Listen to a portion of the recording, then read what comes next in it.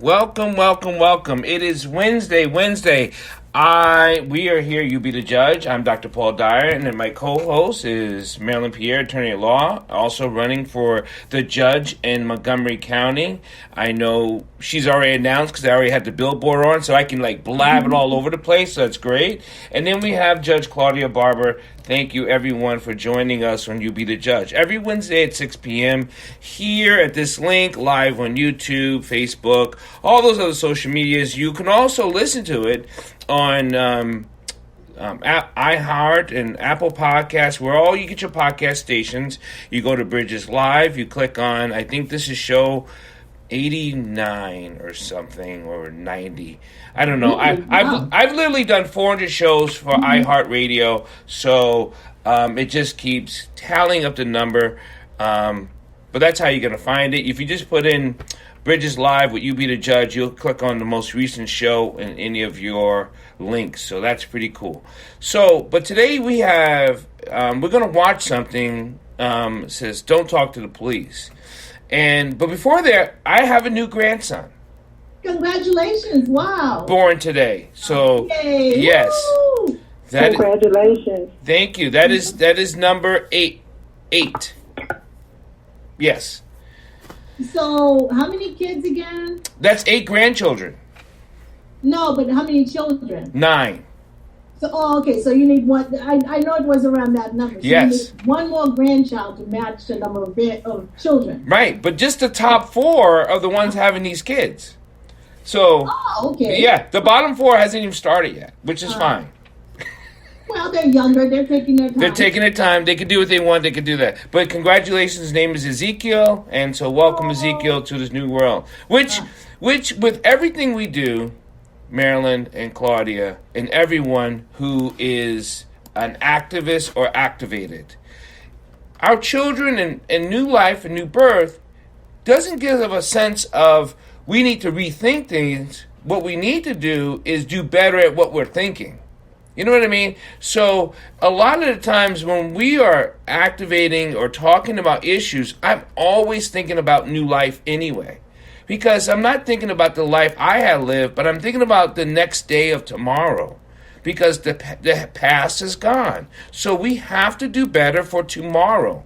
And whatever that is, doesn't matter what it is, even if it's voting, hopefully, or even if it's doing something, picketing or sending a letter, it's doing something for tomorrow. Mm-hmm. So today, you want to set us up why I do it, or you want me just to play Don't Talk to the Police? Which one you want me to do, Marilyn? Well, I think we need to set this up. Okay, good. Because I think it's really important that we tell people that we're showing the video so that we can educate and empower them. We're not showing the video to say that every police officer is bad, and therefore you need to protect yourselves against it. We're just saying that there's some people out there that you need to be aware of, and you also need to be aware of the law, because the video is about lawful things that police officers are doing, but they might not be in your best interest. And I see the video as part 1 of your Miranda rights, which is you have the right to remain silent. And a lot of people don't exercise that right. That right is the most important right that you have. I watched some British crime shows, and our version of the Miranda rights is a little bit different from this, and I think it's quite interesting. Our version of the Miranda rights are you have the right to remain silent, period. Their version is that you have the right to remain silent, but if there's something that, if you remain silent to something that they say that's true or that you should have denied, then they could charge you with what seems to be perjury. Now, I'm not an expert on British law, but the way I interpret what the characters say to the person that they're arresting, that's the way that I would interpret it. So because we have a right to remain silent, period, the video is remain silent, period. if anything, you have the right to call your, to speak to your attorney. So if you have to say something, the next thing would be, I would like to speak to my attorney. And we talked about this before, and I totally believe, I know people get bullied into talking. Mm-hmm. They get so scared because they believe they did nothing wrong. But it's not your belief that's why you're getting arrested. It's their belief. It has nothing to do with your belief. Because if it's your belief, you would never got pulled over, you'd never be handcuffed. So it's their belief. So we need to learn how to stop talking on our belief and work on what they're thinking. And that is to be quiet at this time. Exactly. And I think it's really interesting that the video addresses that. You know, that even if you don't have anything to be concerned about, you should just be quiet and let somebody else, like your lawyer, do the talking for you when your lawyer gets there. I don't know if Judge Barbara wants to add anything. Yes, I would like to add something. I had the privilege, unfortunately, the situation is tragic, but I did watch a lot of the Tulsa massacre documentary series that were presented over the past 2 weeks. Mm-hmm. And one of them was really demonstrating what Tulsa looks like today. And a retired, now let me underscore this word, retired police chief candidly admitted in this documentary that Black neighborhoods are policed different from white neighborhoods. He knew this. And it is almost consistent across the board in the country. Mm-hmm. And I know it happens in my county, but that is the root of the problem, is the fact that Blacks are policed differently than whites. It is not the same situation. I mean, you saw in the videos that I saw on Tulsa, Oklahoma, they brought up Terrence Crutcher and the fact that he was shot and killed and he was unarmed. Yeah. And the fact that he was his assailant was acquitted. The man didn't have a gun, but he was acquitted. That's a problem right there. And that was just a traffic stop that went bad. They also showed video of people being arrested for silly stuff like jaywalking. Who does that? Do you go around arresting the mayor or the city council people for jaywalking? It's a ridiculous thought, especially if they're white. And imagine how large of a courthouse we would need. You're right. If everybody was arrested for jaywalking. Mm-hmm. I mean, it's just a frivolous opportunity to take advantage of people. And see, that's the root of the problem. And I will acknowledge that a retired police officer shared with me that some of the problems also have to do with performance evaluations and how they are measured on how many arrests they make. Now, how can that be a valid policy or legitimate policy, which really needs to change? We used to joke about when there's lots of tickets, when you see them out, it must be the end of the month. They must be making their quota. That was the comical. We knew it was true, but we made comic gestures about it. Like, oh, they got to make their quota. You better slow down. It's almost the end of the month. Well, and also the video addresses time as well in terms of pecuniary interest to the police, because the video talks about how, you might want to go home, but that police officer says, oh, okay, there's 15 minutes left of my shift. So if I leave you there for an hour or more, I'm paraphrasing, then I get to finish my shift in those 15 minutes, and that hour or more, that's overtime. So the police officer might not be in a hurry to leave because it's overtime for that police officer, but you might say, hey, I've got stuff to do. Why am I sitting in this room with no windows and, I've heard of the back end to that, like the opposite of that.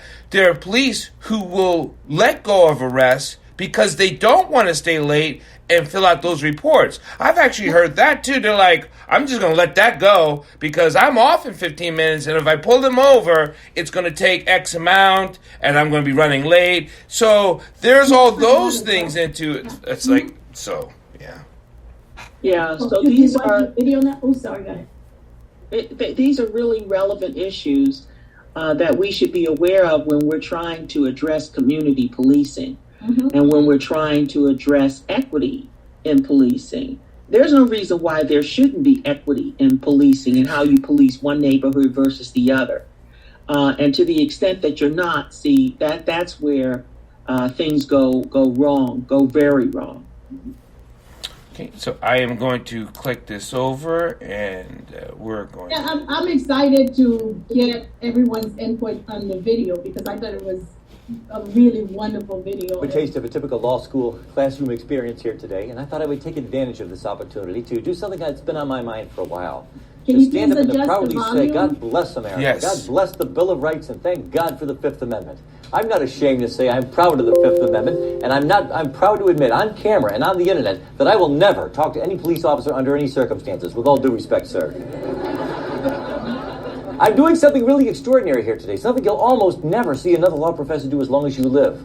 I'm really putting myself on the spot here. This was my idea. By my invitation, I have given up half of my time, approximately. I'm giving equal time and the last word to an expert who really knows something about what I'll be talking about. So I'm opening myself up to the possibility that he will contradict me.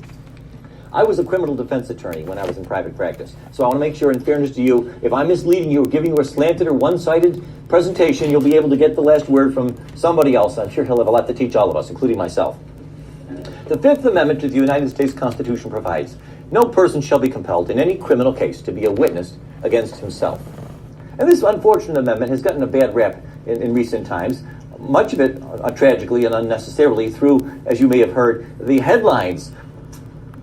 Let me read you something that was taken out of the newspaper this morning, and I want you to listen to it closely. And I'm giving you a heads up. I'm warning you in advance, which is not fair to you. Not fair to me, but I'm giving you a warning that I'll be quizzing you on this in just a few minutes. This will test your aptitude for legal study and legal practice. Listen closely, it won't take long. Last night, agents of the Norfolk Police Department found 3 victims of an apparent murder dead in an apartment in the East Ocean View area. The apparent victims of a gangland-style slaying, and possibly the victims of gang-related violence. The police are investigating this as a possible murder and suicide, but right now suspect that the 3 were all killed by the same individual. No suspects have yet been identified in the slaying, but veteran police detective George Brook has confirmed that police are following up on evidence pointing to the possible involvement of an off-duty naval officer as the perpetrator. The bodies, which were found by the apartment manager at about 8 o'clock in the morning, appear to have been slain sometime earlier in the same evening, probably sometime between midnight and 2 o'clock in the morning. That's it. Those are all the facts I'll ask you to remember, and it won't be for very long either. Let's see how well you do. I'll be quizzing you in just a few minutes. Now, here's the easiest question you'll ever get from a client in all the days of your life. Question, hey, the police are here. They want to talk to me. What should I do? Well, I could give you my answer to that question in case you haven't already guessed it, but why don't we go to a real expert? Justice Robert Jackson, a prosecutor's prosecutor. Like me, he began his private practice in Buffalo, New York, years before I did. And after that, he served as general counsel for the Bureau of Internal Revenue, the U.S. Department of Treasury, the Security and Exchange Commission, Assistant U.S. Attorney General for the Tax Division, later the Solicitor General and the Attorney General of the United States, and then the Chief U.S. Prosecutor for the Nuremberg trials. That's an impressive resume.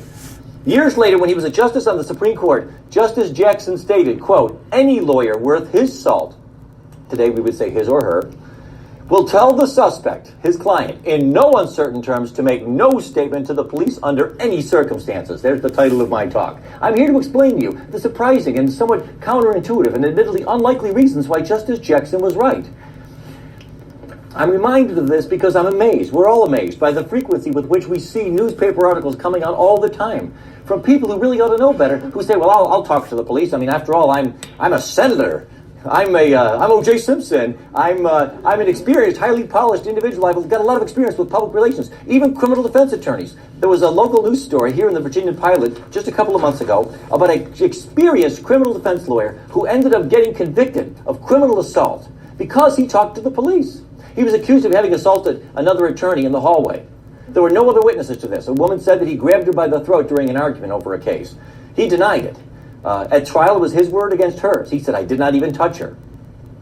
But unfortunately for him, when the police had approached him earlier and said, would you be willing to answer some questions? He said, sure, why not? I'm an attorney. I'm a criminal defense attorney. I'm savvy. I'm sophisticated. I've got oratorical prowess. I'm accustomed to dealing with the police. By all means. And then there was a conversation that was not recorded. When the case went to trial, it was no longer his word against hers, because when he testified at trial, I never touched her, the officer took her to the stand and testified, well, when I met with him, he said he did put his hand on her throat, but just as a joke. Then he had to take the stand again and say, that's not true. I never said that. I never admitted to you that now it's his word against two people. Who's telling the truth? We'll never know for sure. But he was found guilty. Now, here's part of the problem.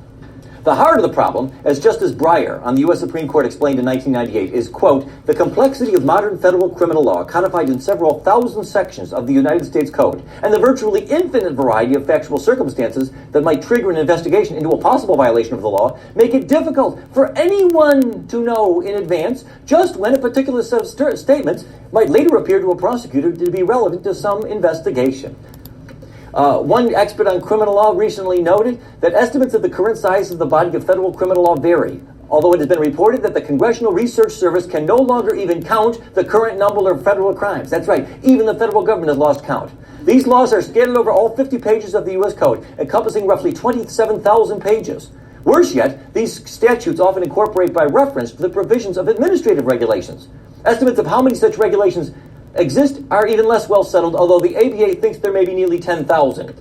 Here's one of those 10,000 federal criminal statutes on the book that you probably never heard about. It's called the Lacey Act. 16 U.S.C. Section 3370 says it's a federal offense for any person to import, export, transport, sell, receive, acquire, or purchase any fish or wildlife or plant taken, possessed, transported, or sold in the violation of any law, treaty, or regulation of the United States, or any Indian tribal law, or any state, or any foreign law.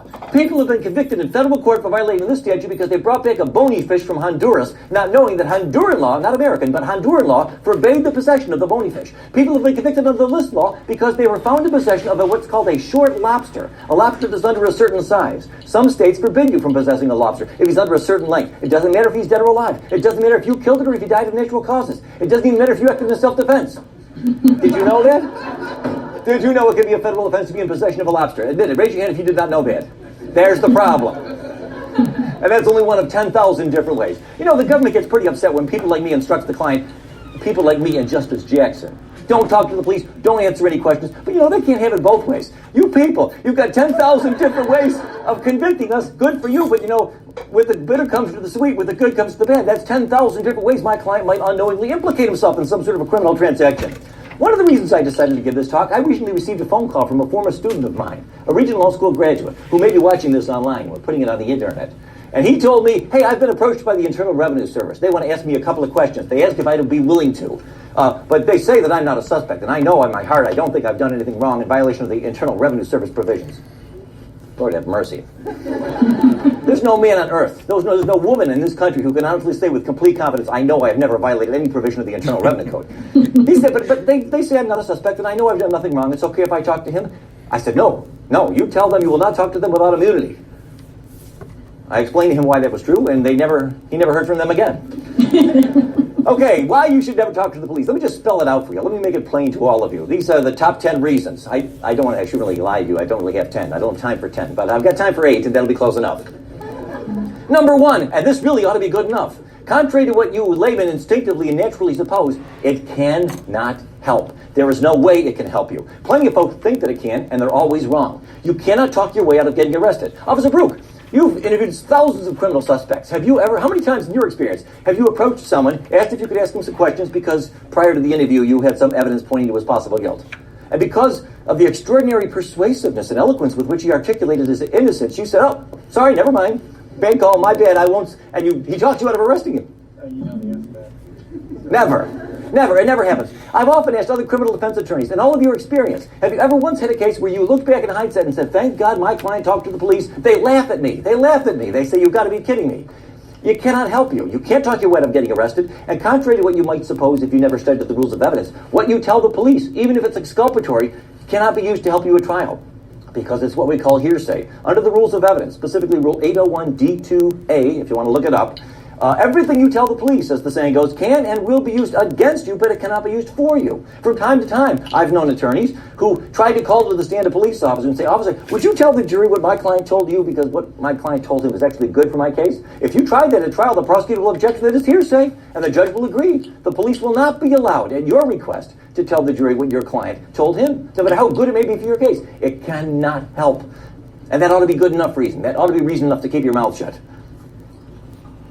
But if you're not persuaded, let me go talk about a couple of others. Number two, obviously one of the most obvious. If your client is guilty, as many of them are, but even if he's not, even if he's innocent, he may well admit his guilt with no benefit in return. Now, of course, many of you are thinking to yourself, well, what's so wrong about that? I mean, shouldn't guilty people be confessing? Confession's good for the soul. It's good for law enforcement. It's good for the prisons. Yes, sure, all those things are true. And like the rest of you, if I or anyone close to me is ever the victim of some sort of a serious crime, I hope they get the right guy. I hope they convict him. I hope they put him away. We all feel that way. Hey, but what's the rush, friends? You don't got to admit your guilt the first time they come by to meet with you. In federal court, 86% of all defendants plead guilty at some point before trial. If your client is guilty and really ought to punish and really ought to have go through some sort of a cleansing act of contrition and fess up and admit his guilt, there'll be plenty of time to do that. They almost always do. No need to rush, no need to tell the police something. Wait and see if perhaps your client can work out some sort of an arrangement where maybe he'll make some sort of compensation to the alleged victim, or maybe he'll be able to get some sort of a discount in his sentence. And he'll be treated fairly then, like everybody else who had the benefit of a good lawyer who said, please do not talk to the police.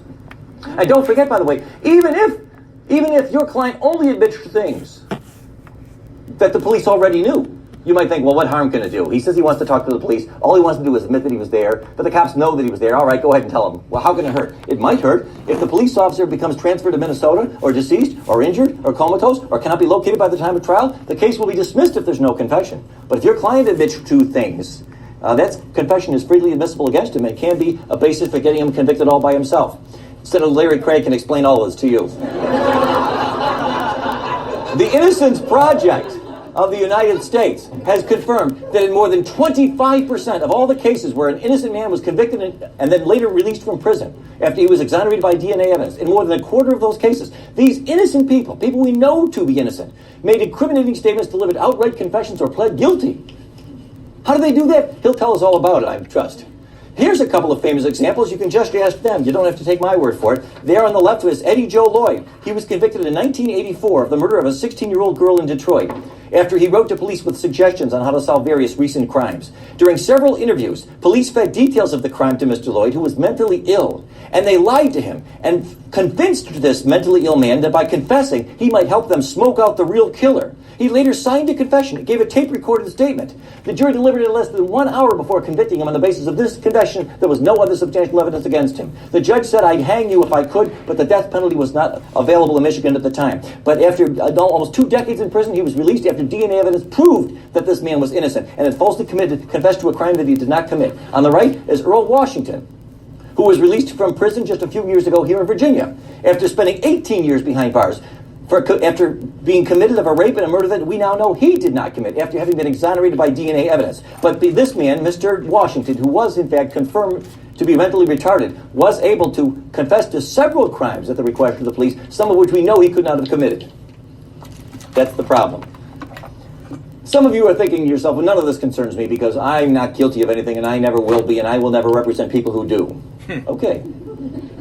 Let's talk to you people. You innocent folks. Those of you who have never committed a crime and never will, and none of your clients will either. And you wouldn't go out with a girl who did.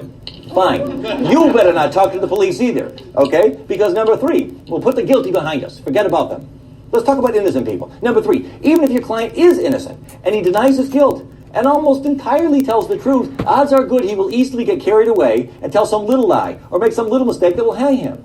This is human nature. He gets in there, it's a stressful situation. Imagine a perfectly innocent client. The police say he's been guilty of a murder. He's totally innocent as any one of us. So he goes in there and he meets with the police. He says, I don't know what you're talking about. I was nowhere near there. I didn't kill him. I've never killed anybody. I don't have a gun. I've never had a gun. I've never touched a gun in my life. I was nowhere near Virginia Beach that night. That last line was a lie. He went over the top. He was getting carried away. He got into this groove. He started saying all kinds of things, almost all of them true, that he knew would tend to exculpate himself.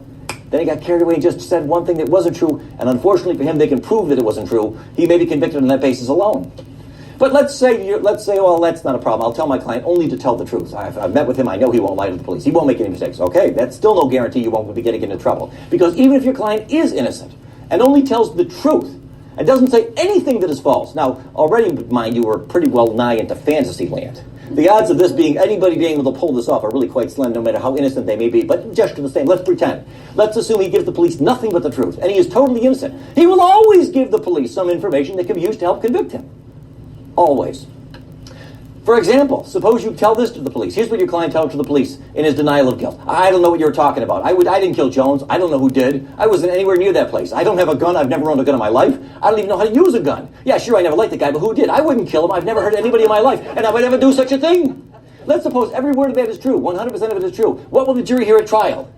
Officer Brooke, was there anything about this, your interrogation, your interview with the suspect that made you concerned that he might be the right one? Yes, there was. He confessed to me that he never liked the guy. And then the prosecutor will put that up in big letters, and he'll say, ladies and gentlemen of the jury, it's pretty clear that we've got the right guy here. We've proven that he was in Virginia Beach that night. That's opportunity. And remember, Officer Brooke admitted that after extended questioning, he was finally able to get the defendant to admit that he never liked the guy. There's your motive. Motive plus opportunity. Wham, bam. Please. But juries eat it up. And innocent people get convicted this way sometimes. How often? Hopefully not too often, but we know what happens. The United States Supreme Court, don't take my word for this, in Ohio versus Reiner, the Supreme Court of the United States said, quote, one of the Fifth Amendment's basic functions is to protect innocent men who otherwise might be ensnared by ambiguous circumstances. Truthful responses of an innocent witness, as well as those of a wrongdoer, may provide the government with incriminating evidence from the speaker's own mouth. See, it's not just some criminal defense attorney telling you this. Even the Supreme Court says I'm right. Under the facts of that case, by the way, in Ohio versus Reiner, a child tragically was died, apparently the result of shaken baby syndrome. Question was who had shaken this baby to death. And one of the possible suspects was a babysitter who had spent some time with the child that week. The babysitter's story was, I don't know what you're talking about. I did not kill the child. I did not see it happen. I don't know who shook the baby. It was never me. I never did anything of any violent nature to the child. The Ohio State Court said, well, you've got no Fifth Amendment privilege. You, by your own admission, told the investigators that you've done nothing wrong, that you were not involved, so obviously your answers can't incriminate you. The United States Supreme Court reversed and said, well, that's not true. Even though this babysitter denies shaking the child, denies seeing the child die, denies knowing how the child died, this babysitter, by her own admission, apparently the government wanted to ask whether the babysitter might have been with the child at some point that week, during the week prior to the death. And that answer, although by itself not sufficient to convict anybody, could help convict her. That means she's got a Fifth Amendment right to refuse to answer to the question the court held, because it could be used to help convict. Ullman versus United States, the Supreme Court said, more than 50 years ago, eerily prophetic. They said too many Americans, even those who should be better advised, view this privilege as a shelter for wrongdoers. They too readily assume that those who invoke it are either guilty of crime or commit perjury in claiming the privilege. That's not true, and it never has been. But it gets worse. Can it get worse? It can. Number 5. Even if your client is innocent and only tells you the truth and does not tell the police anything incriminating, which, by the way, is almost impossible to pull this off. I mean, imagine talking to the police for 2, 3, 4 hours, and somebody like him can't somehow manage to extract from you something that could be used to help convict you. That'd be extraordinary. I don't think anybody's pulled it off. But even if you could pull it off, there's still a grave chance that his answers can and will be used to crucify you in a court of law if the police, no offense, don't recall his testimony with 100% accuracy. All right, now this brings us back to that pop quiz I warned you about. I told you earlier, remember, it's only been a few minutes, and you weren't up all night, and you weren't the subject of physical duress. You were in the relaxed setting of a classroom here. You were given heads up, advance notice that you would be quizzed on this. Question. We'll start with a couple of easy ones. Remember that article I read you about that? How many people did the police find shot to death last night at that Ocean View apartment that I told you about? A, 1, B, 2, C, 3, D, 4. Who says A? B. C. Get this, so get that with a camera. Move that camera around. Look how many hands we've got there for C. Okay, D. You're all wrong. Everybody who raised their hand, you are the kind of people who should never talk to the police under any circumstances for as long as you live. Why is C not the right answer, by the way? If you know, raise your hand. Yes? Because you didn't state the cause of death. Excellent. I didn't say anybody was shot. I didn't say gun, bullet, shooting, firearms. Didn't use any of those words. But I don't blame you if you thought that I did. This is the way the human mind works. We hear things, we fill in details. I said gangland-style slang. may or may not imply something, but it doesn't mean that anybody was shot. And that's the problem. You see, even if your client is innocent and only tells the truth and doesn't tell them anything incriminating, and his statement is videotaped, his answers can be used to crucify him. You might say, wait, how can that happen? I insisted, in my insistence, I called the police and I said, look, if you want to talk to my client, you can talk to him, but only if you videotape the whole thing. I don't want there to be any debate between the two of you over what happened. Okay, we'll videotape the whole thing. If the police don't recall their questions with 100% accuracy, he'll be convicted on that statement alone. For example, suppose a man goes to the police, they say, we're investigating a possible murder, a shooting. And the guy says, quote, I don't know who killed Jones, Officer Brook, with all due respect. It wasn't me. I've never touched or fired a gun in my life. How can that help incriminate this man? How could that possibly be used against this man to help convict him? You would think it's inconceivable. But it's as easy as pie. All the officer has to do is read this statement to the jury, and then the prosecutor says, Officer Brook, was there anything about that statement that confused you or surprised you? Yes, there was, he says, in a moment of sinister, high drama in the courtroom. And what was that? And then Officer Brook turns to the jurors and he says, I never said anything about a shooting. I said we were investigating a murder. He was the one who brought up a gun. Then you turn to your client says, that's not true, that's not true. I remember he was the one, or one of the cops, I was with them for 3 hours, one of them in the car said something about, they said they had a witness that I was the shooter. Okay, I'll put you on the stand. And then your client testifies, no, they did tell me shooting. They mentioned it before I said anything about a gun. They brought it up first. And then the police said, that's not true. And now what, it's your word against theirs? For what? You're gambling with your client's life. And police officers can very easily make a mistake like that, just as so many of you did just a few minutes ago, about whether you recalled having heard me say something about somebody actually being shot. Police make mistakes, innocently, inadvertently, unintentionally. Any statement, no matter how exculpatory it may seem on its face, can be used to crucify you all by itself if the police are either willing to lie, not likely, or if they just have an innocent misrecollection of the details as to what they did and did not tell you before you told them what you said. All of these, by the way, all of these problems disappear if you take Justice Jackson's advice and say, thank you very much, officer, but no thanks. How about this one? Here we go. Now, here's the most surprising of all. I've saved the most surprising one for last. Let's suppose you've got the following scenario. Your client's thinking about talking to the police. He says, I've got nothing to hide. They think that I killed somebody in Virginia Beach last night. Well, this is what your client tells you in confidence. I don't know who robbed that store. It wasn't me. In fact, I've got a pretty good alibi. I wasn't even in Virginia Beach last night. I was 4 hours away visiting my mother in the Outer Banks. Unfortunately, no, I did not pay for gas with a credit card. I used cash, and so I've got no witnesses that can prove I was there except my word, and of course Mama, for what that's worth, which is nothing. So your client says, so the police want to talk to me, and I want to seem cooperative, so what I'll do is I'll tell them that I was in the Outer Banks last night. Now, there's nothing on its face incriminating about any of that. Let's assume, by the way, that you believe with all your doubt. You've given your client a polygraph exam. You've known him for years. You've been going to the same Bible study for 30 years. You know beyond a shadow of a doubt that he's telling you the truth. And he's not admitting anything. He's not admitting motive. He's not admitting opportunity. He's not admitting that it was there. How on earth could this come back to haunt us? How on earth could this come back to be used against us? Be honest. Raise your hand if you really think the answer to that question is, I can't see how it could possibly be used against me. You're afraid I'll call on you, right? I won't call on you. I don't think so. Well, you're wrong. You're dead wrong. You're always wrong. Everything you say. Every time you talk to the police, you will regret it. You see, the problem is, here it is. This is the last point. I think it's almost, even if your client is innocent and only tells the truth and doesn't tell the police anything incriminating, and the entire interview, questions and answers are videotaped, even his truthful answers can be helped to use crucify even an innocent man. If the police, through no fault of theirs, end up in the possession of any evidence, even mistaken and unreliable evidence, that anything your client told them was false, even if in fact it was true. Again, going back to this example from a moment ago. Let's suppose I go ahead and I meet with the police. I think I got nothing to hide. I tell them I was in the Outer Banks last night, officer. How can that be used to convict me? By itself, it cannot. It cannot help at all by itself. But what if I later find out, to my horror, after I put my cards on the table, that they've got a witness, a girl that I went to high school with, an unimpeachable witness. We've never been enemies. She'd have no reason to lie. She swears she thinks she saw me in Virginia Beach last night, a couple of blocks away from that store, about an hour before it was robbed. Now, her testimony by itself isn't going to help the prosecutor. Hell, if she's all they've got, I'll get this case thrown out before trial. But if, like an idiot, I talked to the police and I told them the truth, I told them I was in the Outer Banks, and now, lo and behold, tragically, it turns out they've got a witness, a false, mistaken, confused, but sincere and credible witness who could testify that I was here at Virginia Beach. Now they're likely to get a conviction. Because what they'll do, I've just turned this cop and this woman into the government star witnesses. They'll put Officer Brook on to testify about how my client lied to him about being in the Outer Banks, and then They'll put on this girl who otherwise would have not even helped their case at all, who will testify, no, that's not true. That was a lie. I saw Mr. Dwayne's client here in Virginia an hour before the robbery, not so far from the store. By herself, she would not have helped the government in any significant way. But what I have just done, you see, is given them the other part of the puzzle. And now I'm doomed. Just ask them. I close with this example.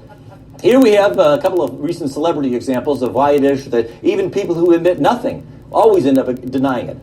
They always end up regretting it. On the left, we have Martha Stewart. She was the subject of an extensive government investigation that was looking into the possibility that she was guilty of violations of certain federal laws, securities laws, fraud kinds of things. They couldn't pin that on her, but they were able to get a conviction because she denied it. Talking to the police and later to some of the shareholders, she said, no, it's not true. I was not guilty. So they charged her with lying to federal investigators, and they got a conviction, and she was sentenced to 5 months in prison. Marion Jones, on the right side, another person who would still be out today if she had always taken the advice that I'm giving you now. She was asked if she had ever used steroids, a controlled substance. And instead of taking the fifth, she said, no, I never took steroids when I won those Olympic gold medals. Later on, it turned out that she was lying. She worked out a deal. She pled guilty. She admitted that she was lying. And she, over her strenuous, tear-filled objection, even though she has 2 young children, was just recently sentenced to prison for 6 months. The guy who sold her the steroids, the pusher, he got only 4 months. But she got 6 months because she lied to the police and said that she did not do it. You see the problem. Michael Vick, who recently pled guilty, as you know, to these charges with respect to the operation of this dog combat sort of operation in his home. At sentencing, like many other criminal defendants, even though he eventually pled guilty at sentencing, one of the reasons his sentence was a little harder than it might have otherwise been, the judge said, was because when he initially met with the police, he lied to them and said, I didn't do anything. I didn't do it. I don't know what you're talking about. Even guilty people, but not only guilty people, will always end up regretting talking to the police. So my advice to you, Justice Jackson was right. Any sane, competent lawyer in his right mind will always tell every client under all circumstances, I don't care if you're innocent. I don't care if it's the truth. If it's the truth, great. We'll tell the jury all about it. There'll be time enough to put our cards on the table. But before we get there, I haven't seen yet what the police got. They may have mistaken and confused witnesses who will contradict even the truthful stuff that you say. We have no way to know, no way to predict whether the information that you give them, even if truthful and reliable, will end up unwittingly dispelling our demise. So keep your mouth shut. Don't answer any questions. Let's take the fifth. You'll be glad that you did. God bless America. God bless the Bill of Rights and the geniuses who bequeathed it to us. But now, in fairness, I give equal time, or what's left of equal time, to a police officer who will explain to the extent to which, if any, he agrees or disagrees with anything I've got to say. I have no idea to know what he's going to say, but it'll be interesting. Here, let me give him the microphone. Let's give him a hand. Officer George Brook, the Virginia Beach Police Department.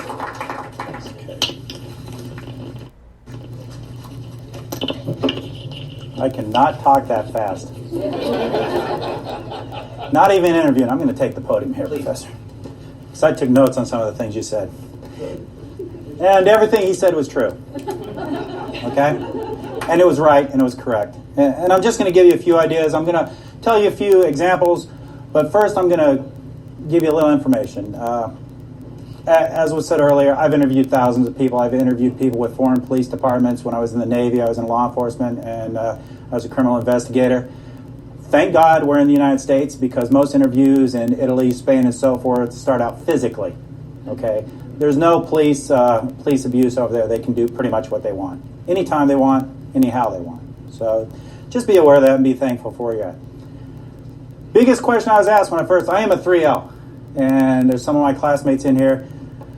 Best day's coming up, May 10th, when we get to leave. So those of you that are applying, and I told a couple of people this, you think it's hard getting into law school? Try getting out. Okay? A couple of things I was asked. How do I quit from getting speeding tickets? Very easy question. Quit speeding. Okay? But something Professor Dwayne brought up. Are any of you guilty of anything? How many of you drove here today? Anybody go above 55 on the interstate? Anybody drive at home and go above 55 on the interstate? Because if you stay... I told you, go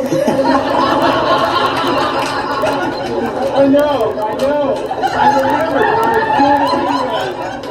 I was doing it anyway. I did it intentionally. And there you go. And people are inherently honest, and that's their biggest downfall. Okay, they really are. Or they want to tell their story.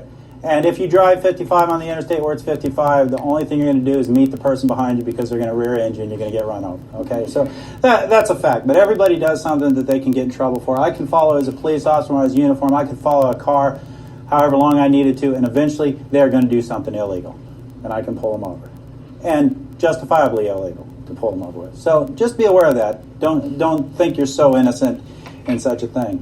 When you get stopped for a traffic ticket, everyone likes to be somewhat honest. And what's the first thing the police officer asks you? Do you know how fast you're going? If the speed limit's 35, you'll say, 38, 40, because you want to be kind of honest even though you're doing 50. You just said 38, 40. You just admitted to breaking the law. You just confessed. So they can go to court with that, with a confession that you were exceeding the speed limit. Okay, so you need to think about those things, and when you do become defense attorneys, which I may, who knows, you need to think about those things for your clients. The other thing you need to think about your clients, and this is going to seem very terse, people are stupid. Your clients are stupid. And I've had defense attorneys come up to me. Matter of fact, one on a motion to suppress just Tuesday come up to me and tell me his client was stupid. Okay? They're very straightforward. They do foolish things. They talk to the police. You guys need to be aware of that. Now, in my past, and it wasn't exaggerated, I have interviewed thousands of people. I've arrested and dealt with over 1,000 felonies. Well, actually, more than 1,000 felonies. Probably about about 1,000 felonies, 2,500 misdemeanors. 98% of them conviction rate. 80% of them I don't even have to go to court. Why? Because there's confessions. Because they confess. So these people have no problem. The hardened criminals have no problem talking to the police. People like to tell their story. And they'll sit in that room and think about it. You're picked up by the police. You're in a little room. There's one chair here. There's a desk. There's another chair. What's the thing you want the most right at that point? To get out of that room. To be out of that room. Think the police officer's shift is ending in 15 minutes. Does a police officer want to get out of that room? My overtime rate's $58 an hour. Do I want to get out of that room? I have no problem. I'll stay there for 10 hours. I'll take that $600. Okay, so I have no motivation to want to leave. You do, and that's how we get you to try to talk. I have my job. My job is to develop probable cause, develop a good case. A great case is a case with a confession. Get it to the Commonwealth's attorney so that they can prosecute the case with little, if any, effort. And the Commonwealth attorneys love those cases, the little and any effort, because they come with a stack of files that high in court every day. So they love those cases. That's my job. The defense attorney's job is to hope they get to their client before I do and make sure they don't talk to me, no matter what. Give you an example, and this will go right along with what Professor Dwayne was putting up his examples. I had an interview that went something like this. Were you involved in the burglaries? No, I had nothing to do with them. You didn't have anything to do with it? No. You were in a car with all this stolen stuff in it? You had nothing to do about it? No. You knew it was there? Yeah. Okay, now we got possession of stolen property, felony. Okay? But you had nothing to do with it? No. So what did you need the money for? Well, I had to pay some of my court costs from another thing I got in trouble for. Oh, so he took the money from stealing the stuff. I have enough to charge him now with burglary. Simple as that. Well, did you see the picture on that camera of the house with the Christmas decorations? This is a real case scenario. Yeah, did you go in that house? No, I didn't go into that one. So, there's ways around it. There's ways to get around people who try not to talk to you. And, again, as Professor Dwayne said, if you wanted to go and say you wanted to go into a boxing match, $100 if you win. You've never boxed before. You have to face somebody who's an Olympic boxer. You're going to lose. You're going to face somebody who's been interviewing people for, in my case, 28 years. You're going to lose, unless you're purely innocent. Now, on the other side of it, I don't want to put anyone that's innocent in jail. But I try not to bring anyone into the interview room that's innocent. And there are a couple that I have let walk away because they were innocent. Okay, the interviews. How do we approach the interviews? There's a number of ways to approach interviews. There's a number of types of people that I deal with. First thing I do, anyone know what they get told first when they're in an interview? Miranda. Miranda warning. Okay, it's not a right. You don't have a right to Miranda. Those rights have always been there. It's called the Constitution. You're just teaching, you're doing a real quick class on the Constitution for these people. Usually they don't listen to it. And this is the way I give my Miranda warning. Look, I have to tell you this. Just pay attention. Okay, they're usually sitting back or they're very attentive. You have the right to remain silent. Do you understand that? Yes. Anything you say may be used against you in a court. I don't have to say it will be. I say it may be. Okay, and they get that. You have a right to an attorney, and if you can't afford one may be appointed to represent you. Got that. You can decide not to quit talking to me at any time and exercise these rights. Do you understand that? Sure. Now, before I do the primary thing that's needed with those rights, that's to get a waiver, I say, now, before you say anything, let me tell you what I know. And over all the time I've had to put together what this individual was supposedly involved in, and I only say supposedly because Professor Dwayne's sitting over there, that this individual was involved in, I will tell the story that I've put together, and it'll be pretty close to what happened. And I can see that it's pretty close to what happened because that individual starts slumping down in their chair, or they'll put their hand to their face, doing this in their mind, oh my God, I'm going to jail forever. Okay? And I can see it. I said, now that you know what I know, do you want to talk to me? And why do I do that? Because if I didn't do that, is if I said, do you want to talk to me, they'll say no. So I give them the time to think about, and then comes the next phrase. Now, before you start talking to me, let me tell you the difference between a lie and a truth.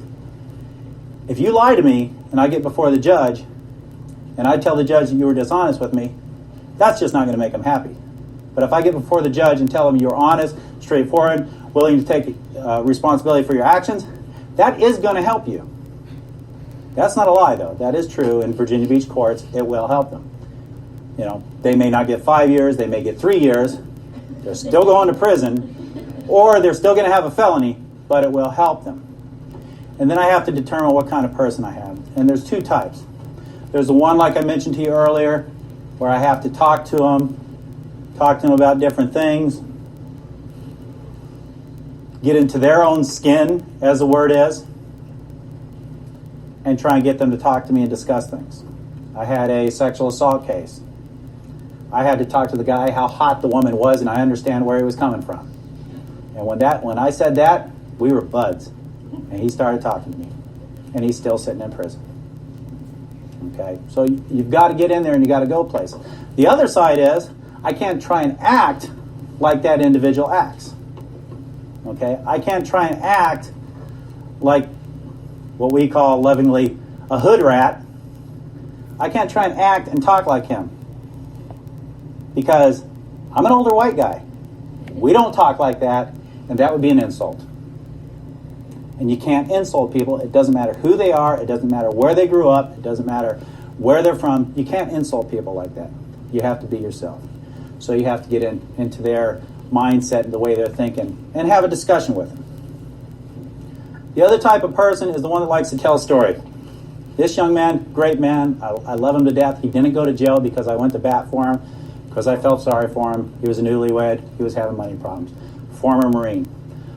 I said, tell me what happened. And he told me this beautiful story about what happened. What he had done is he had sold a piece of equipment that his ex-employer had that he had stolen.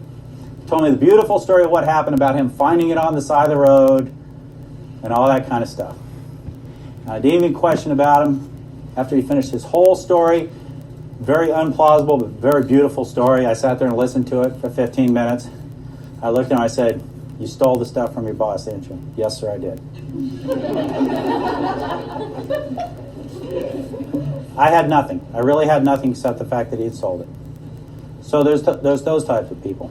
And then the third type, the one who tries to be the hood, who tries to be the criminal, who cries like a baby when they walk into jail, but when they're on the street, they're as tough as rocks. You go in there with your paperwork, you sit down, and you just start doing paperwork. And usually I have a videotape sitting on top of it, just for measure, so they think I have a videotape. And you just sit there. Don't tell them Miranda. Just sit there and wait for them to start talking, because they will. They want to talk. People want to communicate. They hate silence. That's why when people speak, you hear, when they're talking because they need to fill that void with something. People hate silence. So that's the other one. So that's another way. So you see how there's an unlevel playing field here. Even with the most educated individual, there's an unlevel playing field. If you talk to the police, everything's going to be written down. If you get pulled over for a ticket, they give you the ticket and you pull off. You ever see the cop pull off right after you? Usually not. That's because on the back of their ticket, they're writing down everything you said. And it's going to come into court if you go to court. Everything that's said, I write down. Every phone call I make has to have a listening device on it. Is that illegal? How many parties need to know that a phone conversation in Virginia is being recorded? One. Me. I know it's recorded. I get many, many confessions over the phone.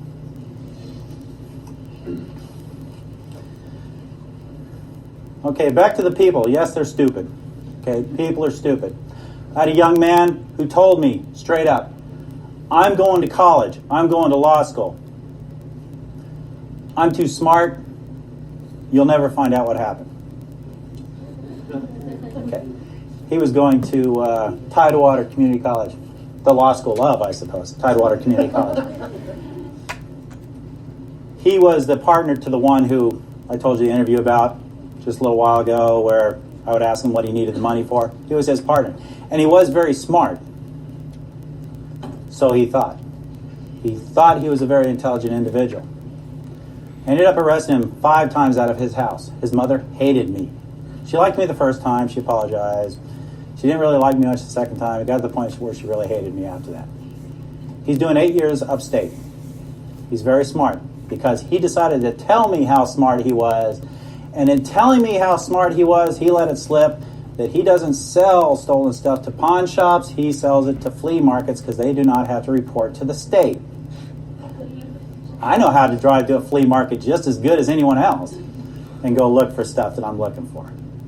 So he was trying to impress me with his ability to be smarter than I was, and he confessed. So people are inherently stupid, especially criminals.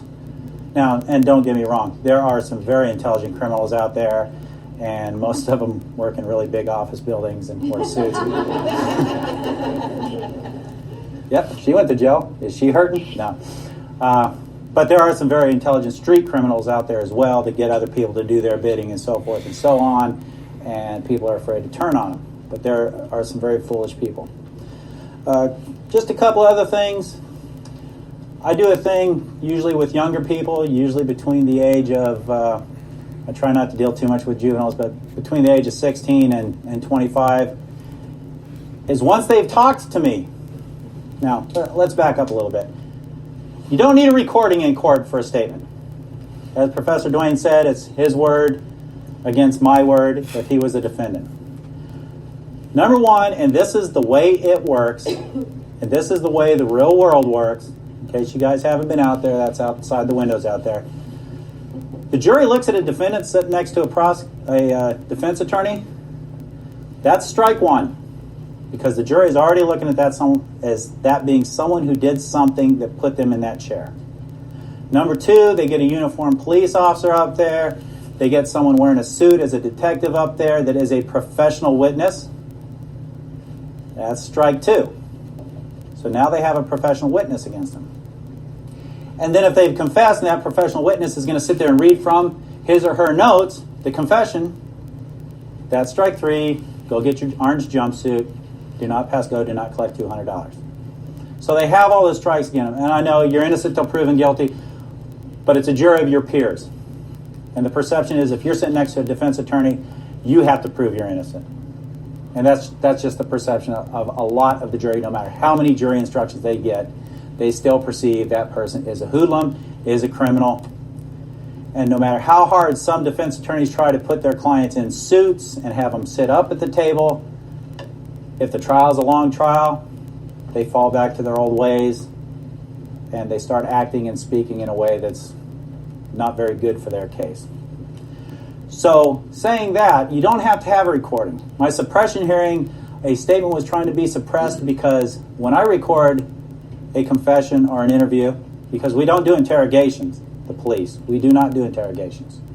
That's a bad, mean, Nazi kind of word, okay? We do interviews, okay? And you'd be amazed how much difference it makes when you use that one word versus interrogation. I'll take it off the tape and I'll have my secretary put it to paper. Immediately afterwards, I'll take that tape and I'll scan it over my magnet, throw it in my box so I can use it again. I do not keep the tape. It is not evidence. It's not required to be evidence. It is there. If it's there for the court, it's just extra. You don't have to have that. But it's really good to have. The suppression hearing, he tried to suppress that after I testified. The defense counsel stood up and says, well, Judge, I really don't have anything to say. And the Judge Canada, said, motion denied. And let's move on and go to court. So you don't have to have recordings. You don't have to have videotapes. The police videotapes, that's just extra. If you got that police officer sitting there testifying, you don't have to have that videotape. You got the guy that was right there to tell you what happened. But it's always nice to have those extra things. And what I do for these young people is I'll say, look, the person who you broke into their house are very upset. They're very angry because you sold their stuff to the pawn shop. Pawn shop stuff, sold them. They don't get their stuff back. They're very angry. They want you to go to prison. Okay? They may be very angry. They want you to go to prison. They may want to. To lessen that, that's the start of what's commonly known as a lie, because we are allowed to lie in interviews. To lessen that, you might want to make them happy. And the reason that's a lie is because when it is a felony in Commonwealth of Virginia, the victim has nothing to do with the prosecution or how long the people go to prison or any of that kind of stuff. We're prosecuting them, not the victim. But to lessen that, what I'd like you to do is write an apology letter to the person whose house you broke into. Just write it out. Well, how do I write it? In your own words. Just write, I'm sorry for what I did. Then say that, when I broke into your house the other night, whatever. They write it out. They sign it. I sign it as a witness. I put the date and the time that it was written. I give it to the Commonwealth's attorney. It's entered as evidence as a written confession in the person's own handwriting. I don't type it up again and have them sign it. In their handwriting, a written confession. Is that person going to get convicted? I have never seen them not get convicted on that. On an apology letter. So, in support of Professor Dwayne, everything he says is right. That's what I do. Now, to take away the support, I don't try and send innocent people to jail. That's it. That's all I have. Any questions or anything like that? Sir? Stage block. How would you reconcile that with your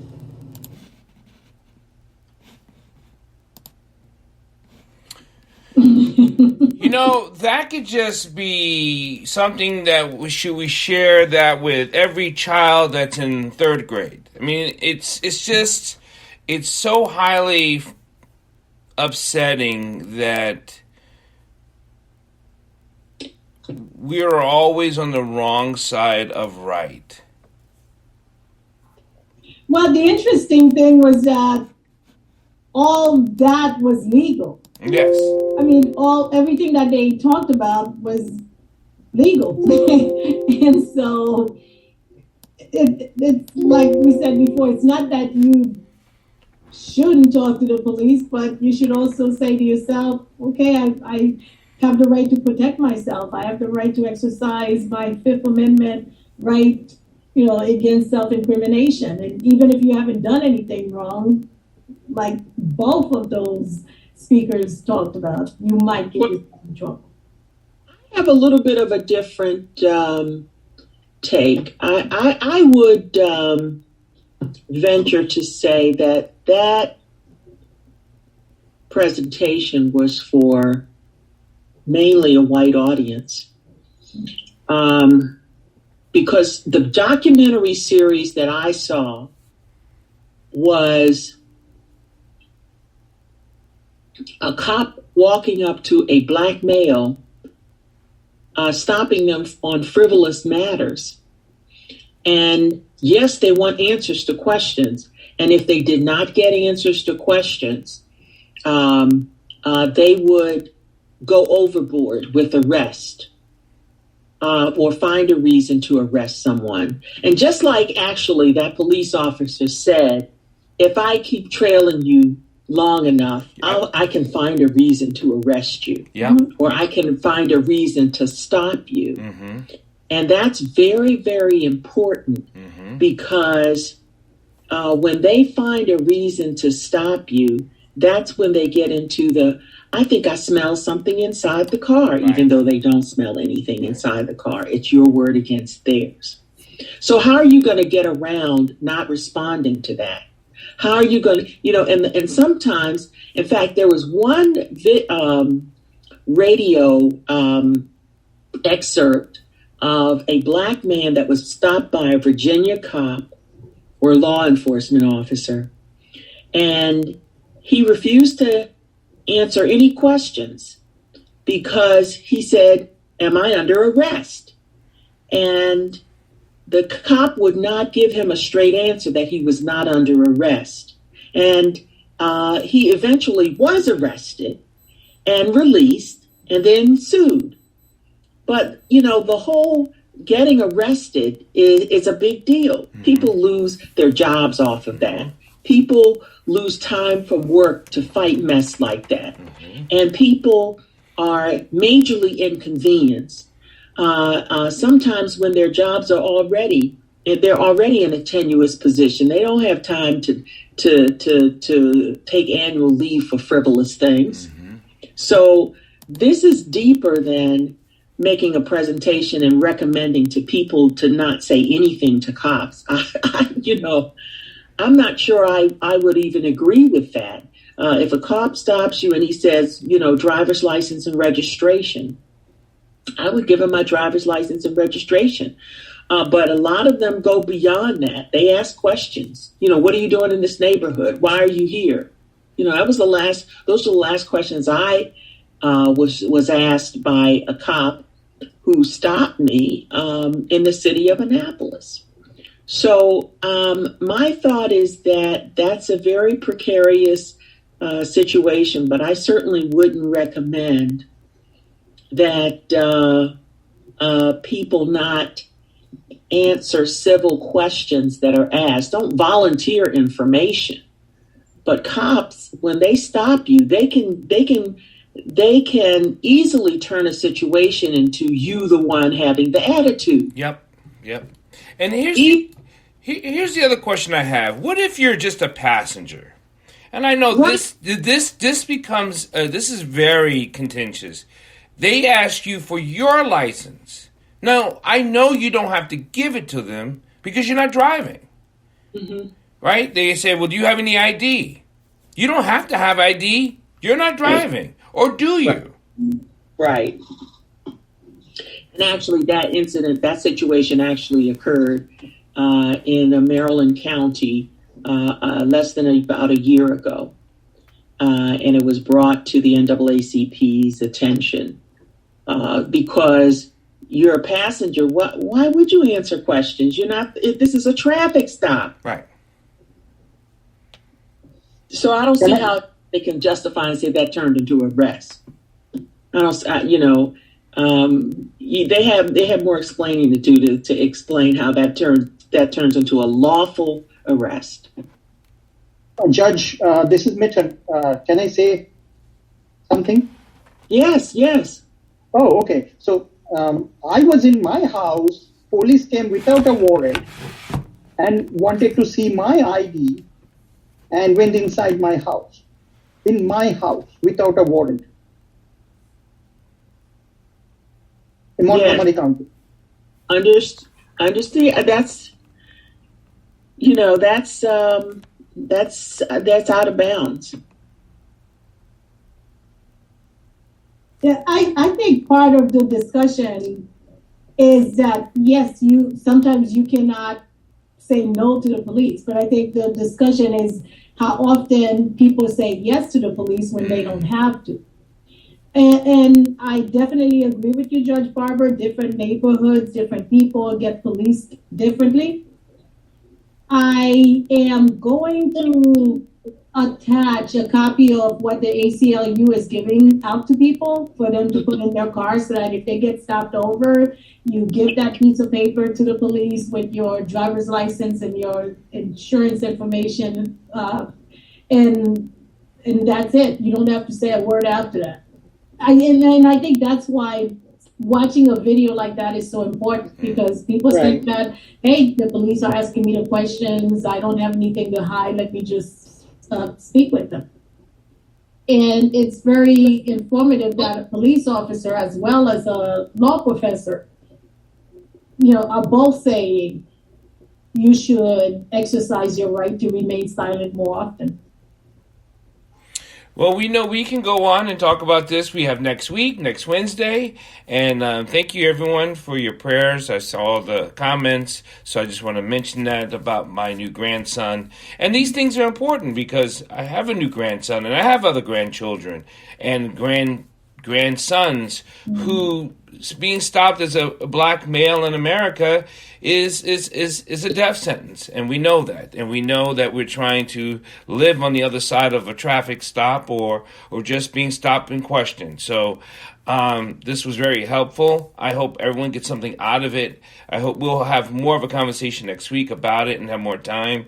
And you guys think about it, because everyone comes at it from a different point of view, a different perspective, and we're not all monolithic, and I understand that. So you guys be safe, be blessed, and be joyful. Thank you, everyone. I just want to say one more thing. Yes, sir. Congratulations again on your grandson. And next week we are having the Montgomery County Executive, Mark Elridge, as our guest. And so I hope everybody tune in and join in and come in with your questions.